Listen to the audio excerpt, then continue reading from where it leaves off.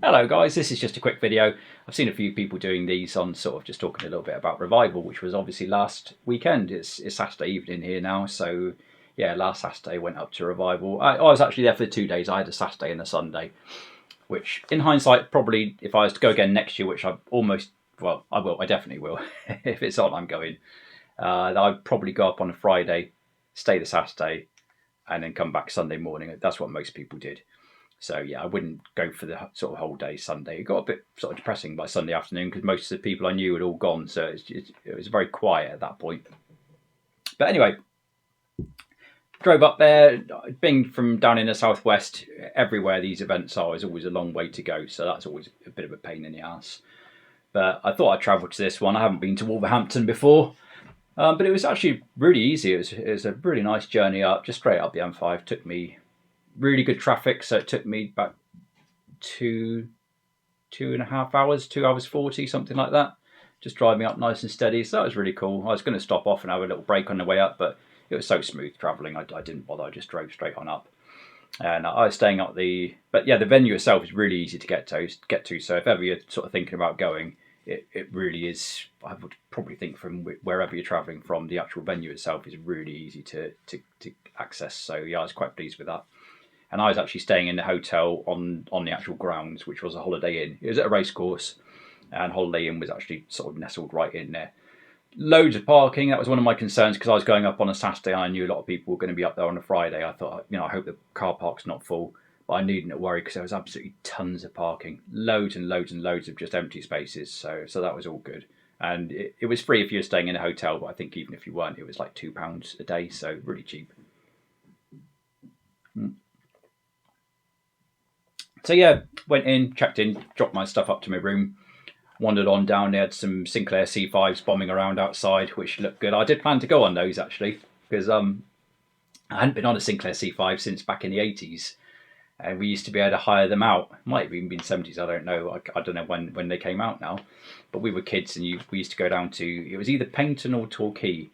And you could hire them. They had a load of them down there and you could hire them out for like an hour or something and just go up and down the promenade. It was great fun. So we used to love doing that. So yeah, I did plan on going on them, but I just didn't get around to it. There's so much stuff to do and people to chat to. So anyway, I wandered on in. I knew there was going to be a lot of people that I would recognise up there, but actually there were way more. It really was a social mega event. So yeah, it was fantastic. And I didn't know anybody. I hadn't met anybody beforehand, apart from Retro Bear and Retro Repair Bear. Russ and Claire. I'd met them up at Crash last year. So yeah, I wandered into. I've got a piece of paper here because otherwise I'm just going to scribble this out briefly because I thought I'm going to forget people otherwise, which I probably still will. So if I forget to mention anybody, I'm really sorry, but there were just so many people there. It was crazy. Anyway, I wandered on in, and the first people I bumped into, which I was really happy to see them straight away, was the first person I actually saw was Nerdy Geezer. I saw him with his back to me. I thought, there's them lot. And Cy Ginger Hippie Gaming, Scott Sega Zombie, and they had a couple of their mates with them. That was Mark and Ian. They don't have YouTube channels yet, but they're going to start them, and they'll do really well because they've both got really good personalities, loads of knowledge, and they're both seems like they're avid collectors. So yeah, good luck to you, Mark and Ian. If you watch this, I'm sure you'll have fantastic channels. So I look forward to watching your content when you get going. And then just after that, bumped into Paul Retro Bait. Martin, Hobby Lodge, who else was there? Oh yeah, then Scott, Marathon Gaming, all people I'm sort of familiar with. I'm sort of in their circles. I knew a little bit less about Scott Marathon Gaming before, but yeah, him as well. There'll be a bit more on him later because I hang around other drinking that with him later on. But yeah, they were all brilliant guys. I was chuffed a bit to meet all of them. Really, really sound. So yeah, I hung around mainly with on and off. We like most people, you're sort of moving around, talking to different people, and then you're sort of looking and you think, hang on, where have they gone now? But I sort of mainly hung around with Scott Sega Zombie, Cy Ginger Hippie, Lee Nerdy Geezer, and Martin, kind of on and off. I don't think Martin came into a bit later on a Saturday actually. But yeah, we got on like a house on fire, really. So yeah, you guys, you absolutely made my weekend. It was brilliant hanging around with you. I really, really enjoyed meeting all of you. So sound. Everybody I met were brilliant, I've got to say. So yeah, we sort of wandered around. There were loads of traders and that there. Oh, one of the first people I did meet actually when I came in, because he was stalling out a little setup, was Richard, who's Tricky Soft. He does BBC micro development. I think he goes to a few of these kind of shows and that. He sets up all his BBC micros and masters. Yeah, I had a good chat with him. I knew him already. I'm on Stardot forums, which he's on a lot. And brilliant developer he is. He does some amazing stuff of bringing some of the arcade ports over to the Beeb and sort of improving some of the previous games, like Hopper, for instance. He sort of really did good versions of that. So it's nice to have a little chat with him and play on. He had an arcade perfect version of Donkey Kong running on one of the BBC micros. I was well impressed with that. He did explain how he got it all working. It's basically like conversion of some, like a direct conversion of some sort of ROM or other. But all that technical stuff just goes way over my head. So, but yeah, it was really cool to see. Anyway, then there were loads of different stalls and things, and then when you wandered into the main bit, the main sort of venue, which was quite dark, obviously because of all the arcade games and everything. But there were quite a few people stalling out around the outside edges, and the only one I really knew who I had a good old chat with was Stu, Tutti UK. He was there. He was exactly the sort of person that I expected him to be. He really did. He did make me smile. Actually, he's got that sort of really dry humour that he comes across with his videos. So yeah, I think each time I chatted with him, I kind of came away with a bit of a grin on my face. He's just one of those people that just kind of cracks me up. So yeah, I had a bit of a chat with him. Then we went round. There was who I mentioned earlier, Russ and Claire, Retro Bear and Retro Repair Bear. They were both stalling out. They had sort of jukeboxes. No, not jukeboxes. I won't mention the name we used to call them. Getter blasters and various sort of computers that Claire had repaired and serviced. A couple of handhelds and things. And I had to stop there because I'd taken my TI-99s. I've actually got two of them. I don't think I've ever mentioned this, but before I got the TI-99, which is usually there, as you can see, I've got my Speccy there now. I sort of moved things around a little bit. I did actually buy a non-running TI-99 quite a bit before that. So I've taken both of them up to Claire in the hopes of making one really good one, or as good as possible. So I said, look, if both can be repaired, great. I'll sell the first one. But use all the sort of good bits to make, if there's some connectors or something which are better on the other one, make one good one is my priority. So yeah, drop those over. Then I was sort of wandering around playing some arcade games, and I saw a chap playing a racing game with a pink hoodie on. I thought, yeah, that's got to be James over there, Retro Import Gamer. So sure enough, went over, had a good chat with him. He was really kind. Actually, I got more gifts to show. I did put these to one side. So yeah, I'll come back to Scott in a minute. But yeah, I had a good old chat with James, Retro Import Gamer. We had a few games on different things like Power Drift and stuff. Of course, he's way better at all these games than I am. But while we were chatting, he just suddenly produced this one. So a little gift. It was interesting actually. This is it's an Odyssey 2, but obviously it's a video pack. It works with a video pack. And he'd been talking about this game called Blockout, which is kind of like a Breakout clone. I've seen it before, videos of it, looked really good. And he was saying to me I should pick that one up. And on his recommendation, I was looking on eBay and I saw somebody was selling 3 video pack games for 20 quid or best offer. And one of them was the video pack version, so the PAL version of this. And I was almost going to buy it. I was looking at it and I thought, oh, James mentioned that one was good. But I didn't. And as it happened, James bought it. He bought that pack. So he did it as an upgrade for this. So yeah, while I was chatting to him, he suddenly pulled that out of his pocket. He said, oh, a little gift for you. So yeah, I've got that one. I'm really chuffed. And look, he's even put a little Blockout label on the back there. So yeah, thank you so much, James. Really appreciated that, mate. And yeah, really kind. And it's good because it's one I haven't got. So I haven't played it yet, actually. So yeah, I'll be looking forward to that. So I haven't got much to show, by the way. Pretty much all gifts. So yeah, but that was the first one from James. And yeah, sort of wandering around. Then who did I see after that? I have to refer to my notes here. So I mentioned Scott Nerdy, Mark Ian, Scott, James, Stu. Oh yeah, then I think the next person I met was probably Dylan, Hyper Trigger X. I hope that's his YouTuber name. I subscribe to him. I forget sometimes I get certain YouTuber names mixed up. Because I always get his Hyper Trigger X and Roller X Core. I get those two mixed up. It might be just Hyper Trigger, and it might be Roller Roller Core instead of Roller X Core. I don't know. But anyway, I had a good old chat with Dylan. I bumped into him a few times actually. We had a good natter about all sorts of things, but including BBC Micro because he used to have one. So yeah, he had good memories of that. I think he was one of the few people that I've spoken to that actually had one when we were young. Most people like myself just played them at school basically. He was saying that he had this. Can't remember the name of it. It was a Doctor Who game, Doctor Who and the Enemy Mine or something. But I looked it up when I got home. It's quite expensive, but I'll keep an eye out for it, mate. If I see it, if I see it for a reasonable price, I might pick it up and give it a go. But otherwise, in the meantime, I will see if I can download the ROM for it and play it. So yeah, that was a good old natter with him. Then I met Cyber Snake.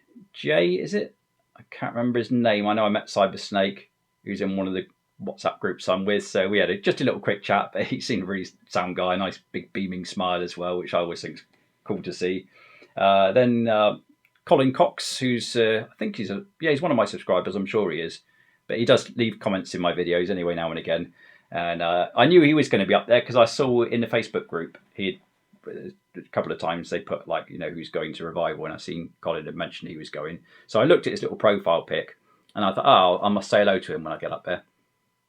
But I didn't recognise him at all. And it's true, I can't remember who said this up there, but they were spot on. They said sometimes you don't recognise people when you see them in 3D. And that was so true because, yeah, it is. You sort of see somebody's pic or just on a screen on YouTube, and they look a little bit different when you actually see them in person. So, yeah, sorry for not recognising you, mate, if you are watching this. But it's nice to have a little chat with you. And again, you seemed a really sound guy. So after that, we were wandering around. I saw a few of the other guys who they're in another WhatsApp group I'm with, which I don't chat too much in that one. So I don't know them so well. I did used to play Fallout guys with these guys a few times, but I don't think some of them know me very well. And one of them that I recognised just from his voice, he was talking behind me, so I recognised that voice. It was Paul Ink Northerner. So I turned around and I sort of shook his hand. But I don't think he had a foggy as to who I was. Which, fair enough, no offence taken, mate, just in case you do watch this. But yeah, it seemed like a nice guy. And he was there chatting to other people. But I just sort of said hello to him just because I recognise the voice from playing Fallout guys. And he was in sort of the crowd with, I think he was hanging around with Dylan and Foxbox YouTube, is it? I can't think what his name is, Ben, I think. I said hello to him. I don't know if he knew who I was either, but I went and said hello to him. He said, oh, you're Ben from Foxbox. So yeah, he was there. There are a few other guys which I kind of recognise. I've seen them in videos, but I don't think they really knew me or vice versa. But a few people I sort of said hello to, and I thought they may know me or they may not. I don't know. And then also from their group, who I didn't actually see until quite late on in the day, was Sean. Retro Games Revived.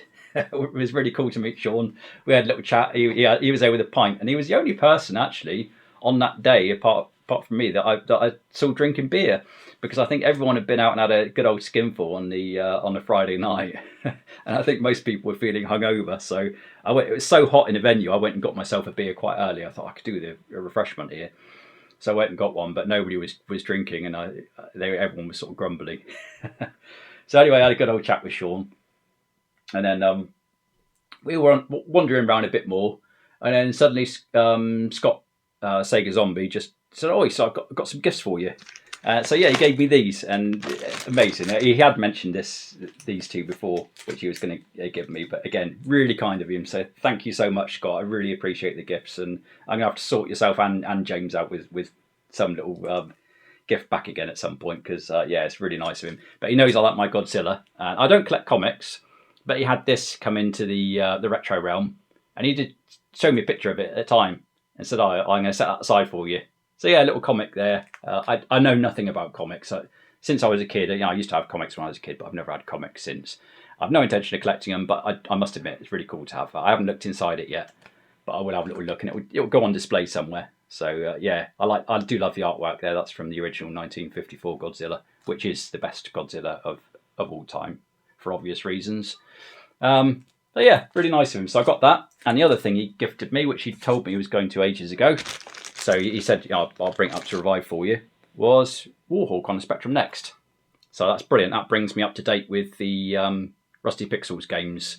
So yeah, this is his original copy. I think somebody, I think it's Paul Retrobait gifted him his signed copy because I don't think he's got a Spectrum Next anymore or something like that. So yeah, he had that as basically an additional copy. So he said to me, if you want it, it's yours. So again, thank you so much, mate. Really, really kind. Chuffed to have it. I've got the other two. Speaking of which, do you know what? I got the other two Rusty Pixel games late last year. I was late to the party. I got them late last year. I put them away somewhere, thinking that I'd save them in case anyone was going to get me Christmas. No, it must have been birthday presents. No, it was early this year. I got them early this year. I put them away, thinking if anyone asked me what to get me for my birthday, I could have said, "Oh, I've got these games here," but I've completely forgot about them. So I've got to dig those out. I haven't even played them yet. But anyway, there we go. I've got a trilogy of Rusty Pixels games to play. I played that one a bit. Really good, but I'm rubbish at it. So yeah, so I got those. That brings you up to date with gifts, I think. Yeah, that brings you up to date with those. So yeah, really good day. Had a good old wander around. I've probably forgotten some people I met because, like I said, there were so many people. I'm just not used to. I mean, I don't live the most social of lives, to be honest, these days. So it was kind of overwhelming, but in a good way to meet so many friendly faces. And everyone was in good spirits, and everyone I met they were just so sound. It was really, really cool to be around so many friendly, like-minded people. All good stories to tell and good vibes going around. I had a great time. So then in the afternoon, the guys were kind of organising going back to, because they had an Airbnb, a lot of the guys there. I'm just trying to think who the hell I've missed. For sure there would have been some people in that Airbnb that I missed. Oh yeah, Pete on a retro tip. Yeah, I had only a very brief chat with him. He didn't realise who I was at the time, but he's messaged me since we got back and said, "Sorry, mate, I didn't mean to ignore you. I didn't realise who you were," which is fair play because I am a tiny channel. There's not many channels that are smaller than mine. So, but I've had a little chat with him since, and he seems a really sound guy. The other guys did say that he's a really good bloke, and yeah, I can see that that's the case. He seems really sound. So yeah, Pete on a retro tip. That was somebody else. See, I knew I was going to forget people. But anyway, they were all organised going back to their Airbnb for the evening. They invited me back and said, "Look, do you want to come round?" I didn't. I probably should have done, but I don't know. I'm a bit of a funny one sometimes. I thought I don't want to.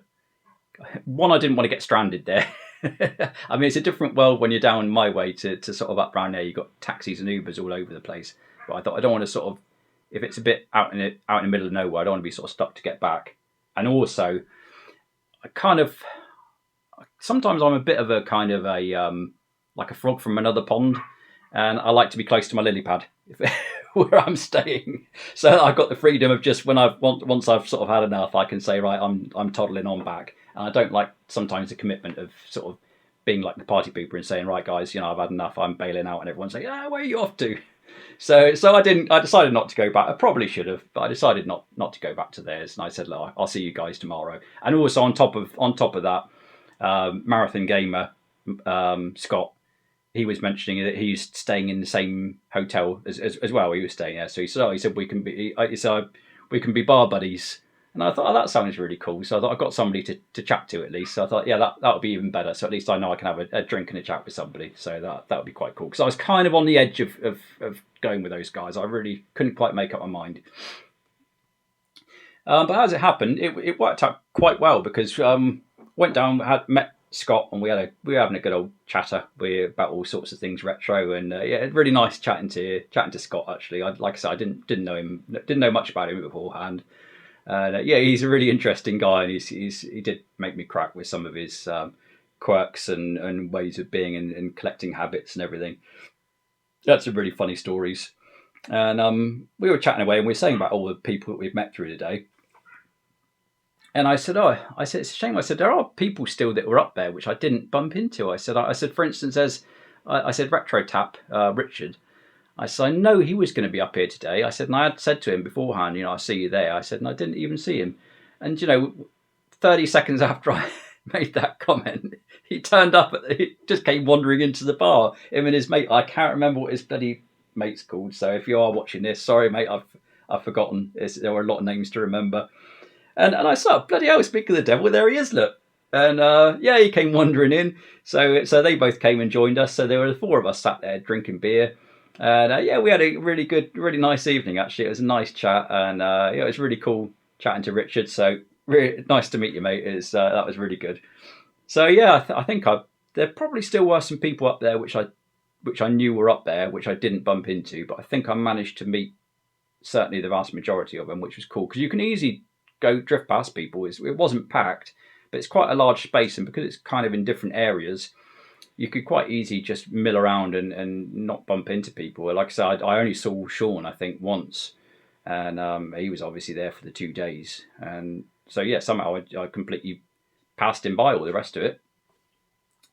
So yeah, we had a few drinks and a bit of a laugh. I had something to eat. Really good, nice food, actually. I had some sort of curry. I can't remember what curry I had in the sort of hotel park bar, and that was really good, really nice, and good money as well. It was like 12 or 13 quid, I think. So yeah, good value for money in there. So I definitely, if I go there again, I definitely eat there again. And well, unless other people are all going out in the evening. And yeah, that was pretty much it then. So there, yeah, on a Sunday, like I mentioned, a lot of people had sort of gone on by then. Went and had breakfast with Retro Tap, Richard and his mate. And by the way, pop over if you don't know Richard Retro Tap. Pop over and give him a sub and look up his channel, because he's got a really good channel actually. But he's probably the only person I know that's got a smaller channel than me, and he really shouldn't have, because he's got a really nice way of doing his vids. Really nice and chilled, and he enjoys playing crap games, which I always like. I find it quite amusing. He's got a lot more persistence than I have. But yeah, he definitely deserves more subs. So yeah, if you're not subbed to him, pop over and give his channel a look. So if I remember, I'll put links to his channel. I might try and link everybody that I've mentioned, actually. Yeah, I'll try and remember to do it. So yeah, we met them for breakfast. So again, we had a bit of a natter and whatnot, and went back around, played some more games. I tried to concentrate more on playing games on the Sunday, because on the Saturday really there's so much chatting that you don't actually get that much time for playing games. So yeah, myself and Nerdy Mark and Ian and Scott and that lot, we Side Ginger Hippie had gone on at that point. Can't remember if Martin was there on a Sunday or not. I think he had gone back as well. So yeah, we tried to get some sort of multiplayers in. We played some sort of Simpsons, and unfortunately there weren't many really good sort of 4-player games, not for my taste anyway. Simpsons is okay, but it gets a bit dull after a while. And then they had X-Men, which I played with Richard and his mate later on, and Turtles, I think. But they're all kind of reskins of the same game almost. I'd have loved it if they had something like, I know it would have been a big machine to take up there, I suppose, something like Super Sprint or Gauntlet or Track and Field, 2-player, something like that. That would have been really cool. But yeah, the selection of arcade games in general was pretty good. So I'm not one to criticise, but yeah, I would have liked more multiplayer games probably to get a bit of rivalry in that going. But yeah, then sort of Sunday, by sort of the morning, people are drifting away. There's still a lot of people milling around, but all the sort of YouTubers, certainly the ones I knew of, they had all pretty much disappeared by Sunday morning. So I sort of hung around. I went up to the room and watched a little bit of British Touring Car Racing, because that was on that Sunday. And then went back down, had a little mill around, had a little chat on and off with Tootie, because obviously he was there on his stall. And I only bought one thing. No, two things with a small one included. And that's because I had my birthday money and I wanted to buy something big, really, or save that money to get something big afterwards. So I didn't want to buy games just for sake of it. And really there wasn't much for me, because it's more your sort of Sega stuff and Nintendo stuff, whereas I obviously me, I like my 8-bit. There are a lot of Spectrum, but there's not that many Spectrum games that I want that I can think of, and I just couldn't be bothered with going through all the boxes, seeing the same games over and over and over for how much I want. So I thought, I don't think I'm going to bother going through all that. And there wasn't any. I didn't notice any sort of BBC Micro or Video Pack or TI-99 or anything like that up there. I was tempted to get a couple of Amiga games, but I think my drive needs cleaning on that, so I thought I'm going to get them back and not be able to play them, which would be a bit annoying. so I didn't bother. But I was very tempted to buy there was a console up there which I've always been curious about. I've never seen one in person. And I think it's a Casio. I think it's a PV1000. There's a guy up there selling one of those, and I was really tempted by it. And I thought, I'm not going to buy any bits and bobs, because I might buy that, and then it'll be just one big thing, and that will be basically all my money gone. So I was really on the fence about buying that thing. It's a cool system. It's in nice condition, that as well. But it was only released for like about 3 weeks in Japan, and there was only 13 games for it. So I thought, I don't know. I like the idea of it, but I thought I'm going to get bored with those 13 games, and there's not really a homebrew scene for it. So I kind of talked myself out of it. I still feel like I'd be tempted if I was to go up there tomorrow and it was back on again. I'd still be tempted to buy it, but I think I probably did best not.